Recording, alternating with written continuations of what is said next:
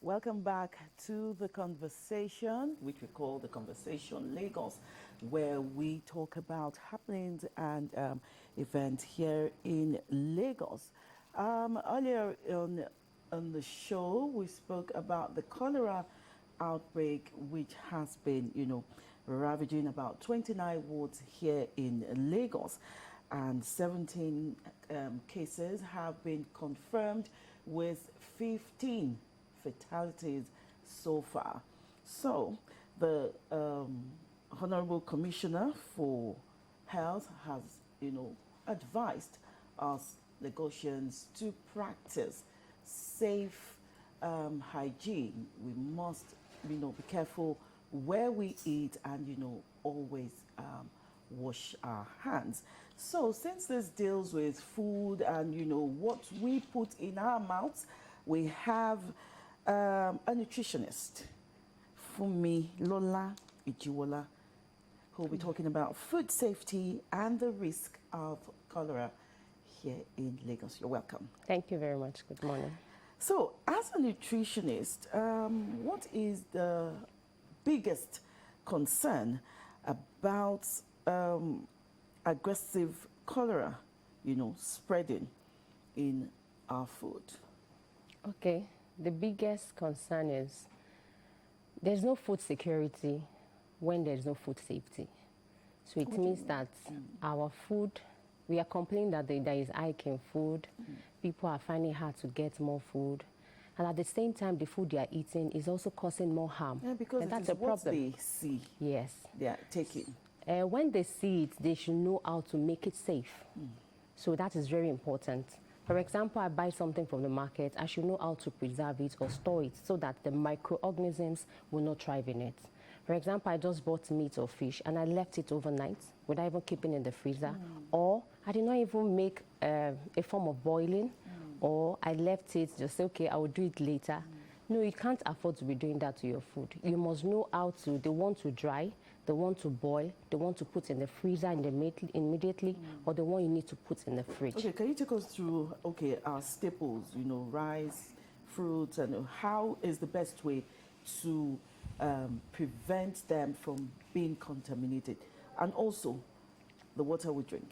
Okay, so let's start with, what we have now, cholera, is that it needs a mechanism for you to thrive. So it's either through your food or through your water or through any drink that you're taking. So it means that whatever you want to do, you must not encourage it to thrive at all. I want to eat rice now. My rice is in dry form. So it's very hard for any microorganism to thrive in it because it's in dry form. So what about when it's being cooked? Yes. Now, when you now process it, which is the cooking, so you must find a way, because water has been introduced into it. Maybe at peradventure, you're cooking something, entered, you did not know, or while it is being hot, it's still safe. But now, while it's cooking down, you left it open, something happened to it, or you left it overnight. So that's where the problem will now start coming in. So whatever you want to cook, make sure it is hot, that you are cooking it hot. Then at the end of the day, when you know that you can't finish it, immediately put it in the freezer or put it in the fridge if it's cooked. Sorry, but sometimes we say that once it's cooking, all the microorganisms will die. And that's why I said it's still safe when it's hot. Okay. By the time you can't eat something very hot immediately. You still allow it to cool down. So at the end of the day, while between 1 hour to 2 hours, you still left it like that. After 2 hours, you need to find a way to preserve it. You must either go and put it in the freezer, or you put it or process it into another thing. Okay. So the maximum is like 2 hours. You can still leave it for 2 hours. But let it be covered. Yes, be covered. Okay. But not that after 2 hours, you must find a way to preserve it. Okay. Ajibola has Okay, how about you our... can watch it from the point. Okay. How about our fruits and vegetables? Yeah, fruits and vegetables are also very highly perishable. So you must find a way to always make sure you wash immediately you come from the market. You wash it and you find a way, either you eat it or you process it or you keep in the fridge or freezer at the same time. So this means that any contaminants in it, I've already washed it off. So the process of making it for the microorganism to continue to thrive, it has been reduced. So I will not stop the process by either making it to go into the fridge, or I eat it, or blend it, or I introduce it into another food. But it's very, very important that you learn how to wash your fruits and vegetable every day. And sometimes some people use, when you can wash it under running water, or you use salt, you put it inside, and then, or you use vinegar. Some people use vinegar just to make sure the contaminants are not available on the fruit. Okay, so for those who are all these mama puts that we have out there, bukas, you know, they cook, and the sources of their water, we really don't know. Yeah. Majority of them, because of lack of potable water, they engage all these abokis who use jerry cans to fetch water. How safety conscious should we be in this line? At this time that we have cholera outbreak, it's not advisable for us to go to any mama puts that you are not sure of their water or the source, or you're not sure of how they prepare the food. It's always good you go for a labeled product now. For example, I know when I eat here and something happened to me, I can easily go back there and say, this is what happened. Or I drank something that it has label. I can easily say, oh, I drank this with this label. And so it can easily be traced and know that, oh, it's the water source that you use that caused this. So at this time that we have cholera, it's very, very advisable that you do more of your cooking at home and do less of where you don't have the labeled food restaurants to be eaten there at this time. Okay, how can, you know, observing good nutritional values, you know, help us? Because people will not be very careful of what they eat now. So, but what you now mean, you could be showing the sign that, oh, I'm using this. You can always tell your clients that I wash my hands, or I use the gloves, you understand? I cover my hair while cooking, and I make sure it's always neat. Then I try to sort. You sort the raw, the fresh ones from the other ones. The ones that you know that are dry, you don't let it mix with the stock or the fish, the fish water or something, the raw ones. You don't let it mix with the dry ones. That is also introducing something into it, because different food have different microorganisms that can thrive in it. So I want to sort as I'm sorting. The one I need to preserve in fridge before I use the other day, I need to do it. I can't say because it's just tonight. Immediately you do it, you can easily put it in the freezer or fridge so that nothing will go inside. Do you understand? So by the time you're done, and then the one you need to, what's it called? Fry, or the one you need to boil, and you don't need to cover up. So you can't afford to just be leaving, when you fry something, you need to find a way to also cover it as well this time around. So those are some of the things. And when you get to the venue, you must show the clients or the audience that you are very clean. If they are seeing that sign, they'll be confident to eat what you are cooking for them. Okay, you said something earlier about building our immune system. Yes, ma'am. Can you teach us how to do that? Okay, building your immune system means that you need to have something that we call the antioxidant. You have so many things that could make your body to react to anything that comes into your body.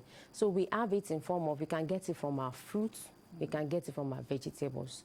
Citrus, oranges, lime, tangerine, lemon, they are beautiful sources of vitamin C. So vitamin C has been known and shown to help to boost our immune system. So most of the fruits also have, even pineapple also has. Then you now have to also consider other micronutrients that could also help boost the vitamin C. So that means you must also consider other fruit like banana that also has potassium, that has vitamin B12. So the body is functioning well and also able to thrive and make sure any foreign body is being fought off. So that is what, but you can just majorly focus on your fruits and your vegetable. You make sure you take it every day. Fruits and vegetables are meant to be taken every day, not once in a while thing, the way we used to do it. When I see it, that's when I buy. You know, fruits, food in general, yeah, is very expensive right now. So we see some of the sellers who try to cut them up into pieces, and of course, you know what that attracts a lot. You see some of them, you know, attracting a lot of flies, even though the environment is, you know, being clean. How can one still just avoid those flies, you know, flying about our food? Flies will always come on our food. Why? Even when you do They always come on our food. It's now you. Now, the only good thing we can do when we talk about food safety is all these vendors that sell fruits and vegetables. I'm looking forward to a future where where they cut their fruits and then they are trying to minimize the perching of the flies on the fruit. So, you know, by the time they cut, they leave it open. They start packing. So immediately you cut, I'm expecting that you put in a covered glass something. You understand? So that it won't allow the flies to come in. Let me try to think of how we usually put our meat in the restaurant and chicken. Okay, you know, the way they display it. Yes. If you can be doing fruits and vegetables like that. But inside that, well, we can't afford to do that. But that's what we'll be training. Because there are sometimes I've seen on TV where a man had a tie and he was pulling his fruits and vegetables. What he had was on the wheelbarrow was a showcase cupboard like this. Yes, so what he had, he made it presentable. Very, very presentable. I was like, no, if only we can adopt this for all these our vendors, all these. So if only we can do that, then it can be minimizing the way the flies comes on. But I won't tell you that you can't buy it. Because it's a very cheap way to buy the fruit and make sure you are preventing your body and you're also boosting your immune system. When you buy those fruits and you take them home, you wash them. Yeah, you clean with water. You can still consume it. But you also need to be sure of the source. Now, there are we've seen several people that will go to the gutter and start cleaning their fruits inside the gutter. We've seen that one. So if you are not sure of the source of this aboki or what they are doing, then don't even buy from them. And then you're also advisable, immediately you're cutting, that is when you can buy. It's always advisable at that time. When you see it being cut, you know you can easily take your own and keep your own. So rather than keeping it for long, because sometimes they might keep it for more than 5 hours, 6 hours inside the sun. So we are losing some of the vitamin C as well. So we don't want that to happen. But it's always advisable. So that's why we always encourage their bookies to. You don't cut much at a time. So it's always better you cut and then you sell down before you cut another one, so that it will still have some of the benefits that people will have, and then it will be safe.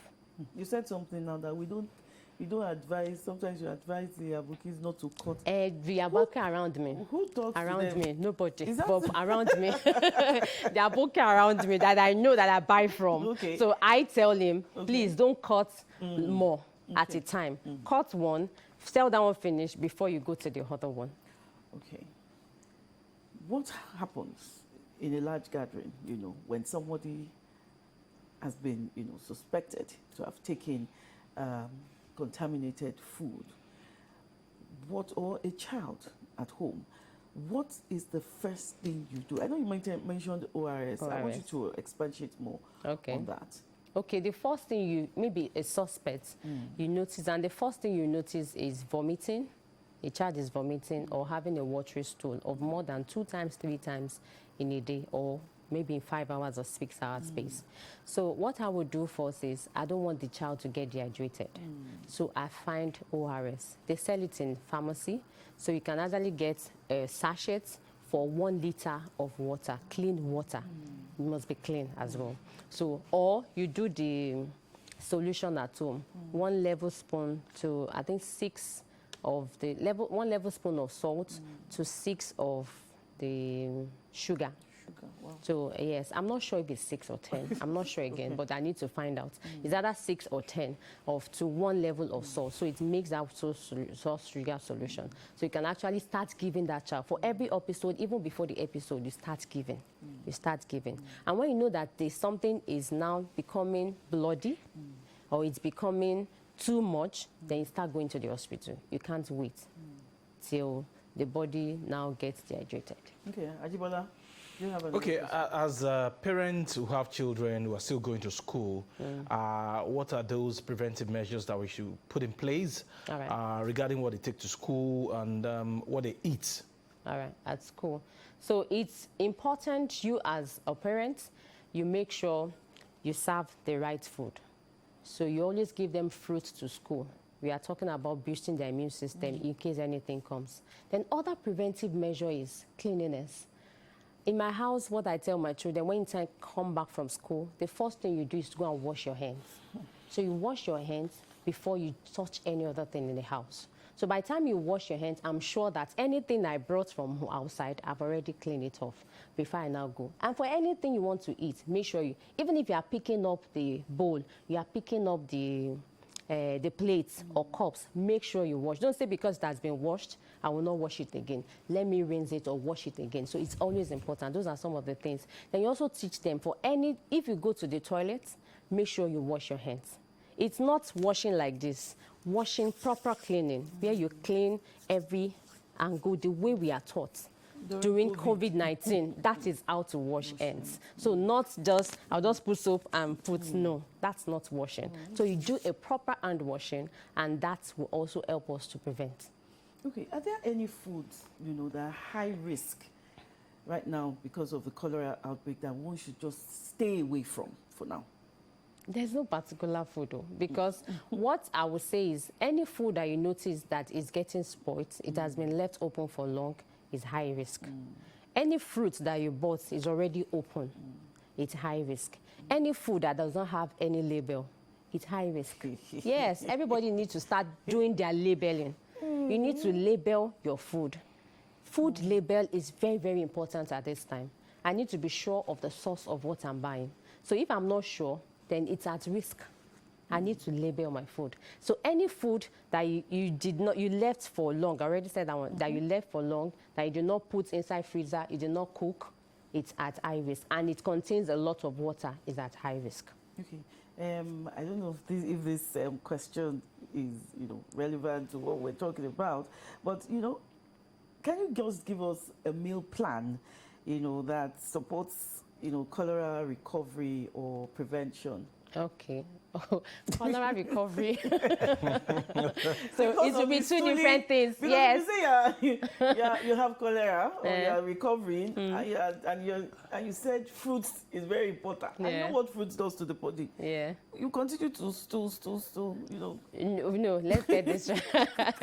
You see, for some people, because of the fiber in fruits and vegetables, that's where you can go to toilets easily because of the fiber. But it also contains something that will also help to boost the immune system. So we can't say we are going to run away from it. So now, for example, I want to have a meal plan in the morning. I can go for something like, let's say, somebody can be bread, or let's say rice, or let me just take pap, for example. I can take pap. It still contains fluid. So it will help my fluid intake. Okay. So I can take pap. I can take it with momoy. Do you understand? Beans. Beans. Now, the beans, we usually remove the back of the beans. When you don't remove the back, the fiber is still intact. But when I remove the back, I've already removed the fiber. Are you saying we can make akara and moi moi without removing the back? Some people do it. Exactly. We can do that. That means you're introducing more fiber into the meal. People from Kogi, that's what they do. You've not heard of that from Kogi? That's what they do. You make your moi and akara with blend it. The back of the beans. Yes. Oh, that's the fiber itself. That's the fiber itself. Oh, okay. Oh, yeah, continue. So that one, and I have my pap, and I have my momoy. Okay. So because of the stooling, or because it might irritate my gut, I might not necessarily put milk. You understand? So, or the other alternative I can put is maybe I did tiger nut milk, and I put it inside. Tiger nut milk can also be an alternative at this time. Oh, yes. Okay. Alternative for milk, for people that are getting irritated with it. Or even if I want to use the milk, I can just use small quantities so that it will not further irritate my gut system. So after that one, in between my breakfast and lunch, I can decide to take 1 to 2 oranges. That one, I'm having a lot of vitamin C from it. Even one is okay. One of it can supply me with the necessary one I need. So in the afternoon, I can decide to take maybe rice with my stew, and I cut my cucumber or carrot beside it. Okay. So because the fiber I would take, I don't want it to be too much at this time, because maybe I'm probably still stooling or not even. But on a normal day, I can put my vegetable soup beside it. Okay. If not vegetable soup, I can just put carrot or I put cucumber beside it. So that's my lunch. In between my lunch and dinner, I can decide to go for a slice of pineapple. which is also a beautiful source of vitamin C and other micronutrients. Then at night, I do something like maybe a core with vegetable or a core with ewedu and stew and my meat or fish. You remember, you still put your protein. Your protein is still needed at this time because it's also helping with the recovery. Okay, I want to ask you, is beans protein? Beans is both protein and carbohydrates. They are both protein and carb. Oh, okay. You see, why they usually tell us that beans is protein is because it's the plant source of protein when we're in school. That's why I say it is a plant source of protein. But it contains like 50% of carbohydrate as well. So it's both beans, protein, it's legume. So that's why they call it, and they have that family, the soya beans, the green pea, the beans itself. So those ones are legumes. They are the plant source of protein. But it doesn't mean that it doesn't contain carbohydrates. So sometimes when the people are saying that it's because I'm treating diabetes, I should just be taking beans alone. No, that's a mistake. You can't afford to be taking beans alone because there's still carbohydrates in it. So you still need to portion it and quantify it as well. Okay, just before we go, what advice would you have for... Adjoa, do you have a question? No. Okay. What advice do you have for food handlers and people in general in order to avoid this cholera outbreak? Okay. 4 safety tips. 1 is the cleanliness. The cleanliness is very important. We need to continue to say it. Our environmental cleanliness, physical and hygiene, and our home cleanliness, then the food cleanliness, and then the way you wash our hands. That's number 1. Number 2, you need to learn to sort. You need to separate the raw, the fresh, the dry food. Make them in different containers. Then from sorting, I need to also learn to cook. You cook at the right temperature, cook your food very well. And then the one I need to chill, I need to sort that one too. The one that needs like their eggs have boiled or not. So not you need to learn this period. Yes, you need to learn to cook your food very well. Then the last one is now the chilling. You need to know that, oh, this one needs to go to the freezer. This one needs to stay in the fridge. This one can still be kept at room temperature for maybe 1 hour, not more than 2 hours. Any food that is getting more than 2 hours, then you need to start keeping in the fridge. Because it will stop the process of the microorganism multiplying or the activities. Thank you very much. You're welcome, been speaking with Fumilola Ijiwola. She's a nutritionist, and she has been teaching us food safety and the risk of cholera. The program continues after this break. Thank you for coming. Thank you very much for having me.